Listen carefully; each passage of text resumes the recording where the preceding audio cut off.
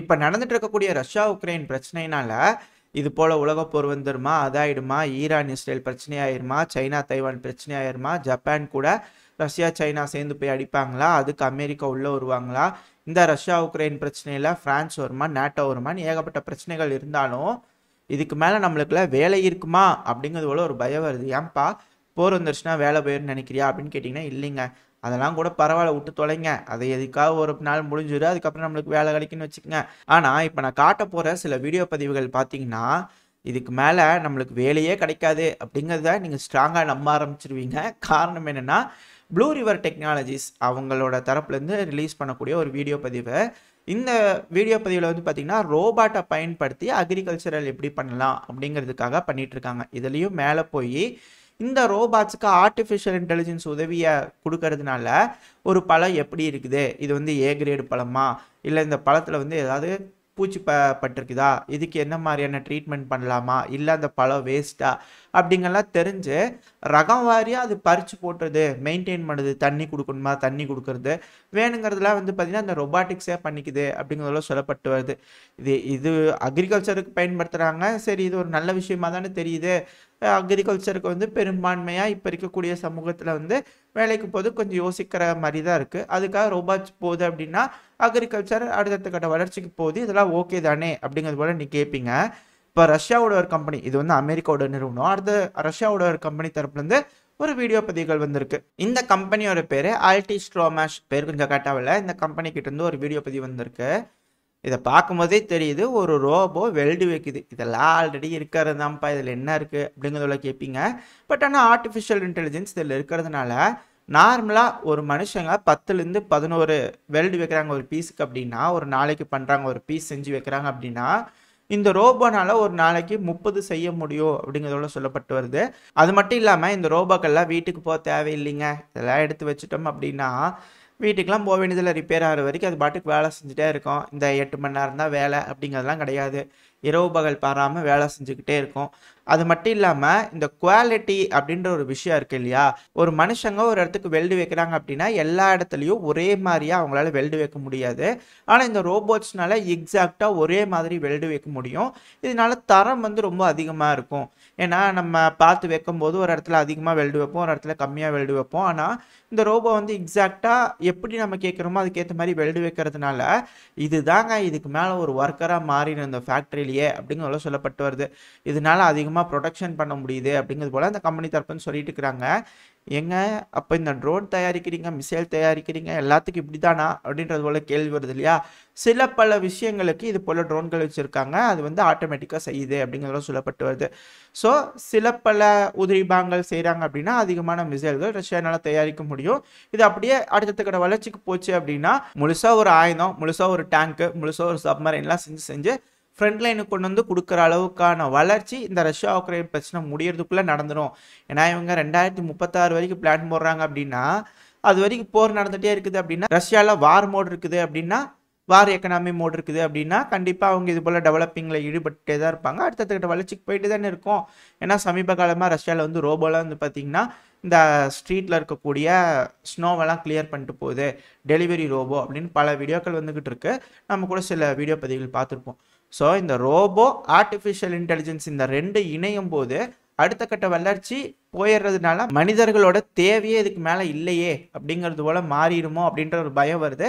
இதை பற்றி நீங்கள் என்ன நினைக்கிறீங்க அப்படிங்கிறத மறக்காமல் கமெண்ட் செக்ஷனில் சொல்லுங்கள். இப்போ ஒரு பதிவு லோடாக இருக்கும். இந்த பதிவு வேறு எங்கேயும் இருக்குல்ல, ஒடசால் எடுக்கப்பட்ட பதிவு தான்.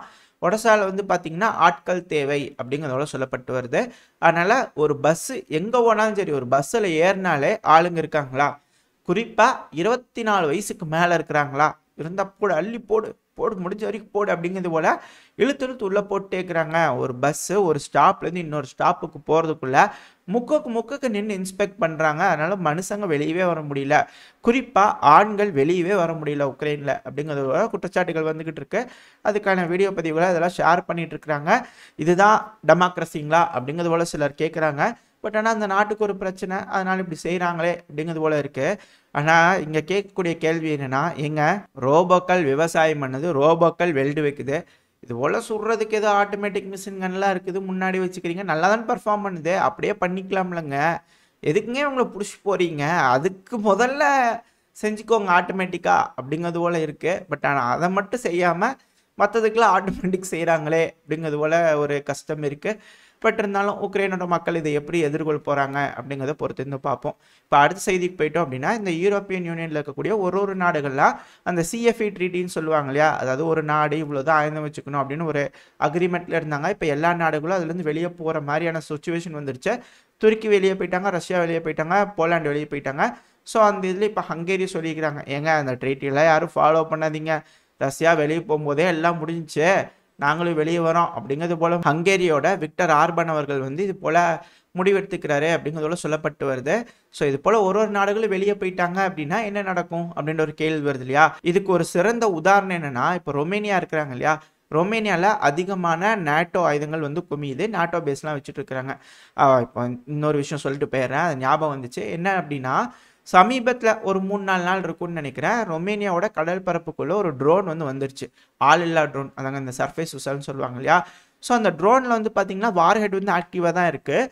அந்த வார்ஹெட்டில் இருக்கக்கூடிய ஒரு சர்ஃபேஸ் விசல் தான். அதான் அந்த மிதந்துட்டு போகும்ல, இவங்க வச்சுக்கிறாங்களா மகுரா ட்ரோனா, உக்ரைன் வச்சுக்கிறாங்களா, அதே போல் ஒரு ட்ரோன் தான் இது.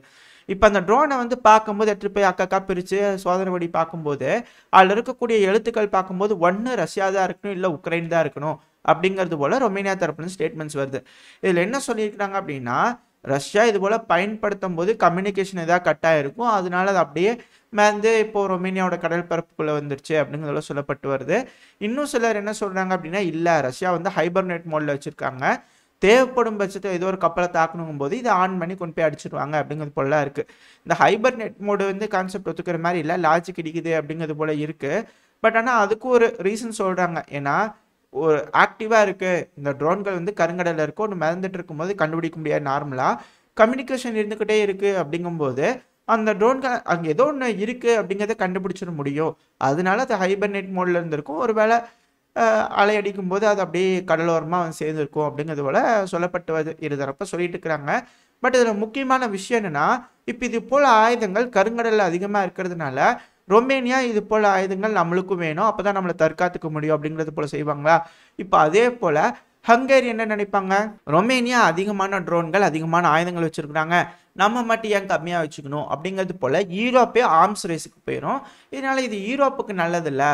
ஆர்ம்ஸ் ரேஸ் வந்துருச்சு, அதிகமான ஆயுதங்கள் இருக்குது அப்படின்னாலே அடுத்தது போர் தான். அதுக்காக மட்டும்தான் ஆயுதங்கள் அதிகமாக செய்வாங்க, மற்றபடி எந்த ஒரு காரணத்துக்கு இல்லை. ஸோ அப்படி போகும் பட்சத்தில் யூரோப்பில் மிகப்பெரிய பிரச்சனையாக மாறிடும். யூரோப் வந்து பிளவுபட்டுரும், யூரோப்பியன் யூனியன் பிளவுபட்டுரும் அப்படிங்கிறது போல தான் சொல்லப்பட்டு வருது. அது மேலும் மேலும் உறுதி செய்யும் வகையில் தான் இது போல் செய்திகளில் அடிப்படுது அப்படிங்கிறத சொல்லப்பட்டு வருது. அப்புறம் ட்ரோன்கள் அப்படிங்கும்போது இந்த ஆப்பிரிக்காலையும் வந்து பார்த்திங்கன்னா இதே போல் ஆர்ம்ஸ் ரேஸ் வந்துடுமா அப்படிங்கிறது கேள்வி வருது. ஏன்னா புர்கினா ஃபேசோ இருக்கிறாங்க இல்லையா, அவங்க துருக்கியோட பைரக்தர் டிபி ட்ரோனை வாங்கியிருக்கிறாங்க, TB2 ட்ரோனை. அந்த ட்ரோனை வாங்கி யூஸ் பண்ணி பார்த்துக்கிறாங்க. அதுக்கான வீடியோ பதிவுகள், ஃபோட்டோ பதிவுகள்லாம் வந்திருக்கு. ஸோ எல்லாம் வச்சு பார்க்கும்போது ஆயுதங்கள் அதிக அளவில் எல்லா நாடுகளும் வாங்கி குமிக்கிறாங்க, அதுவும் குறிப்பாக ட்ரோன்களை. இது போல் ட்ரோன்கள் தான் இந்த ஜெனரேஷனையே ஆளப்போகுது அப்படிங்கிறத மாற்று கருத்து இல்லை. ஏன்னா இந்த ட்ரோன்களை பயன்படுத்தினா உயிர் சேதங்கள் கம்மி, இழப்புகளை ஏற்படுத்திட முடியும், கூடவே கண்காணிக்கவும் முடியுது.